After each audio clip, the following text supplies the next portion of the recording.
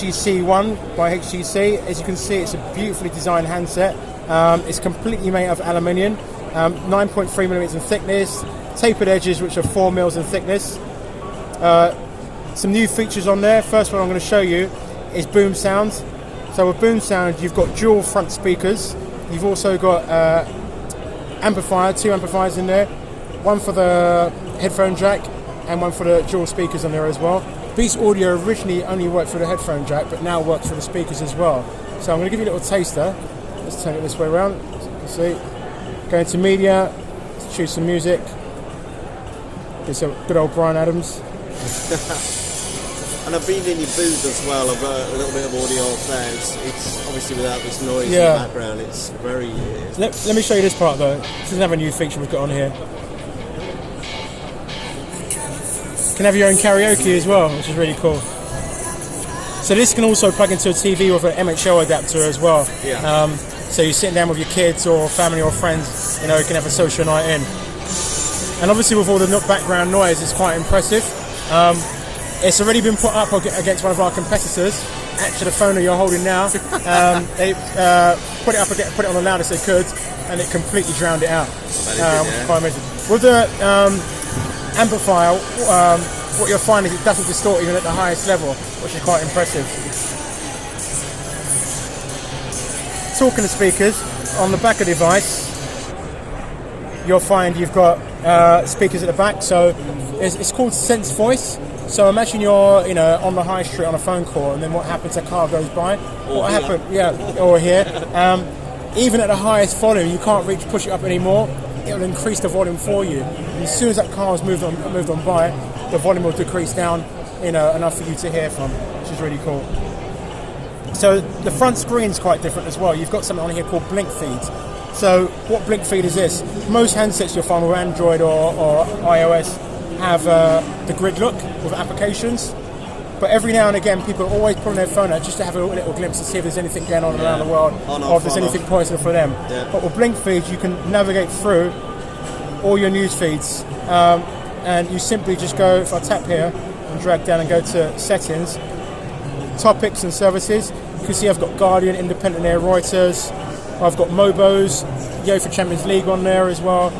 If I slide across the categories, I've got design, business, or I can go into sport and choose more sports, that are personal to me, like boxing or motorsports on there as well. If I go back to the home page now, you'll see that it's updating now. How often does it do that? Can you? You can do it every hour or so. You can see it's just updated just now. If I drag it down and I choose highlight, what you'll see is different categories there. So maybe I just want to look at stuff on business. Yeah. And now it will just update and show me the stuff on business. So it's almost like having a live newspaper in your hands. Yeah. Always seeing what's going on throughout the whole day. It doesn't just do that. It also does Facebook, it does Twitter, it does LinkedIn as well. It doesn't do your text messages or emails, which is good in a sense because it's a bit more personal. Yeah. So you want to show that information on there. One other thing it does is TV programs as well. So stuff that you've chosen that you want to watch or so, it will let you know when things are coming on.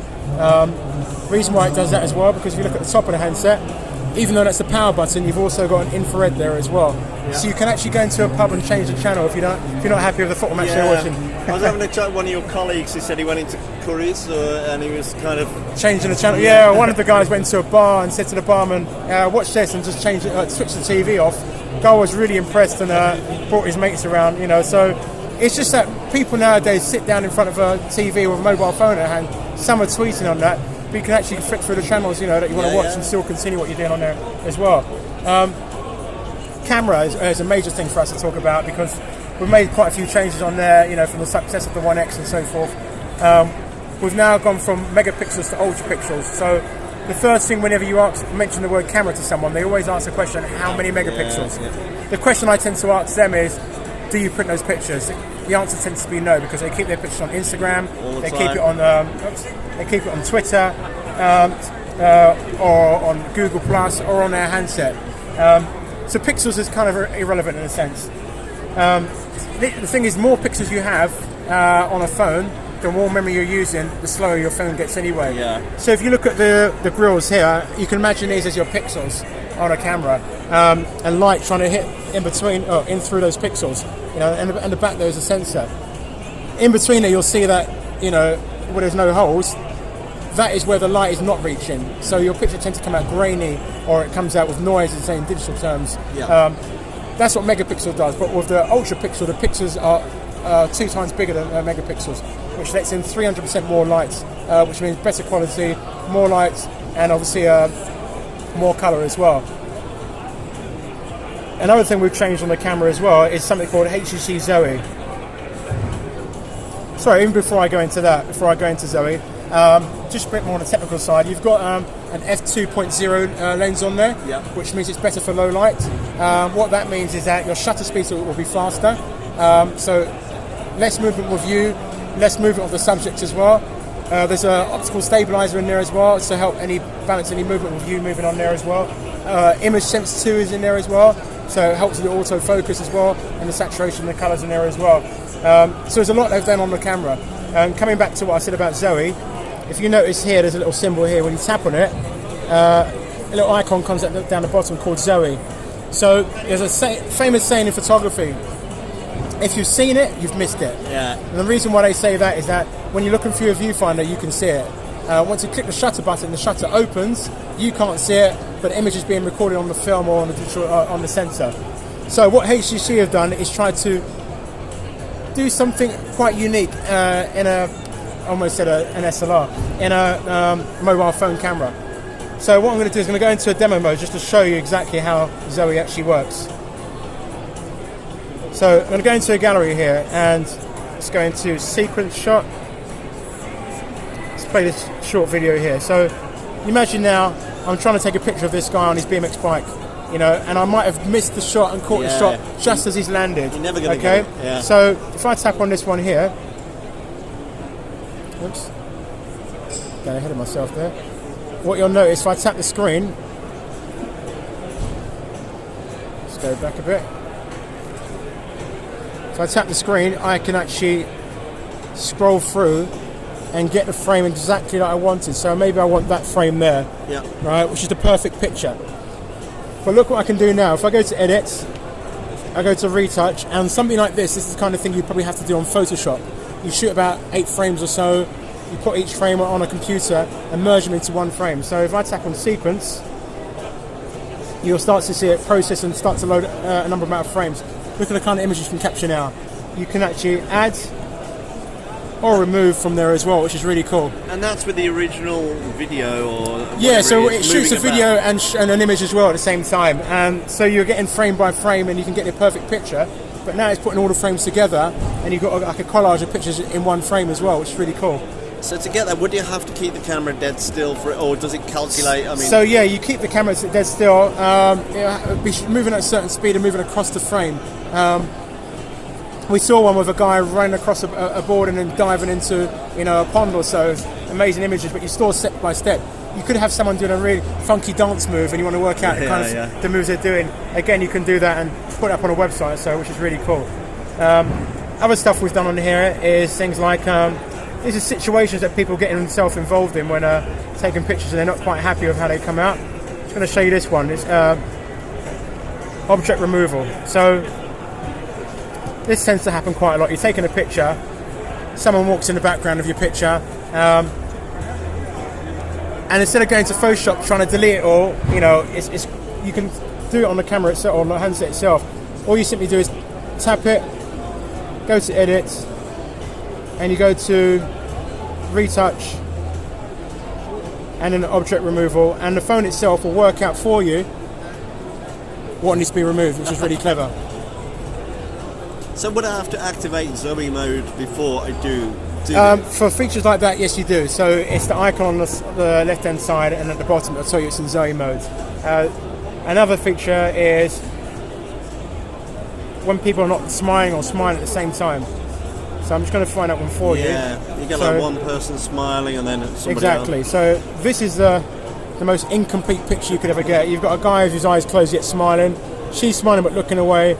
She's not sure she wants to smile or not, and he's got his eyes completely closed. Again, you tap the screen, press Edit, press Retouch, and then you click on Always Smile.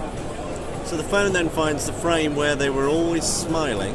Yeah, so what it does, it puts circles around each head. Yeah. So say for instance I chose his head, I can then scroll left or right and you'll see he's now got his eyes open. If I click on the next person, her expressions change slightly. If I click on him, you can see his eyes are now open. And if I click on her, which is quite scary, this one, you'll see her eyes switch towards you. Which is kind of cool.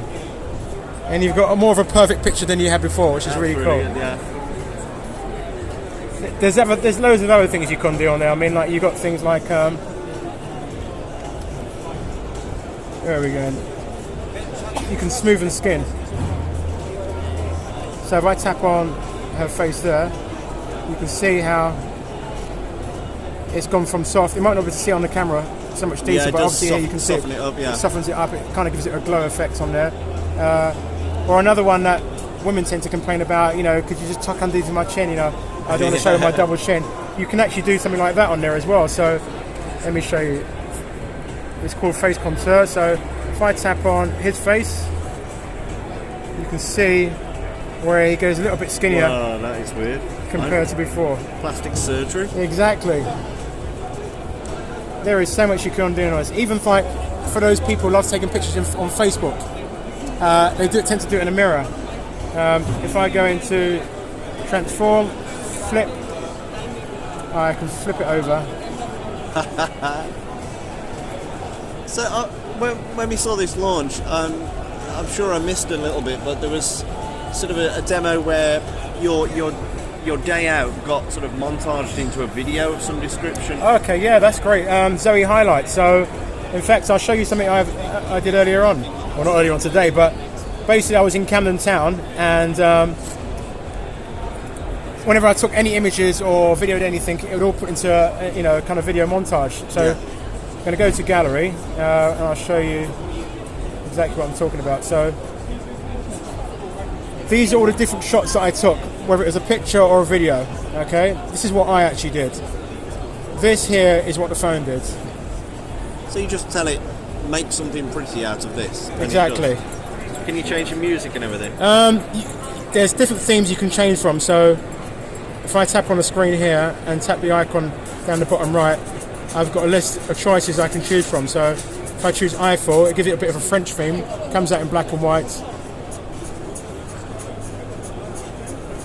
At the moment you can't put your own music on there, but these things will be coming. You can do on the slideshow, but on this not quite yet. But so many people have seen this are amazed and said it seems so professional, and yet I didn't have to do anything. So have you been quite careful about like your video, like that's like me? Yeah, I've done that intentionally to try and get a feel of Camden itself. It's like that's a 3-second bit of video. Did you intentionally do 3 seconds? So I did a video. You can edit the video as well. As you see, you can put Camden Market there as well. I shot the video, I edited the video, but you don't have to do that. As soon as you shoot it, take a picture of it, it just puts it in there for you into a compilation of, you can obviously change what music you want and what style you want. Like the Eiffel one's quite popular with the black and white, and they'll update different themes sooner or later in the near future or so. But what's great is that it looks so professional, and you didn't have to do anything except take pictures and do videos, and that was it. The only thing you can do is actually edit it and change the title of it. So if I went to, let's go back again. Let's go back again. I think we're in the wrong part. Select content. Oh, that's basically you can select some of the images that you want. Just trying to find where I had. I'm in the wrong part for that.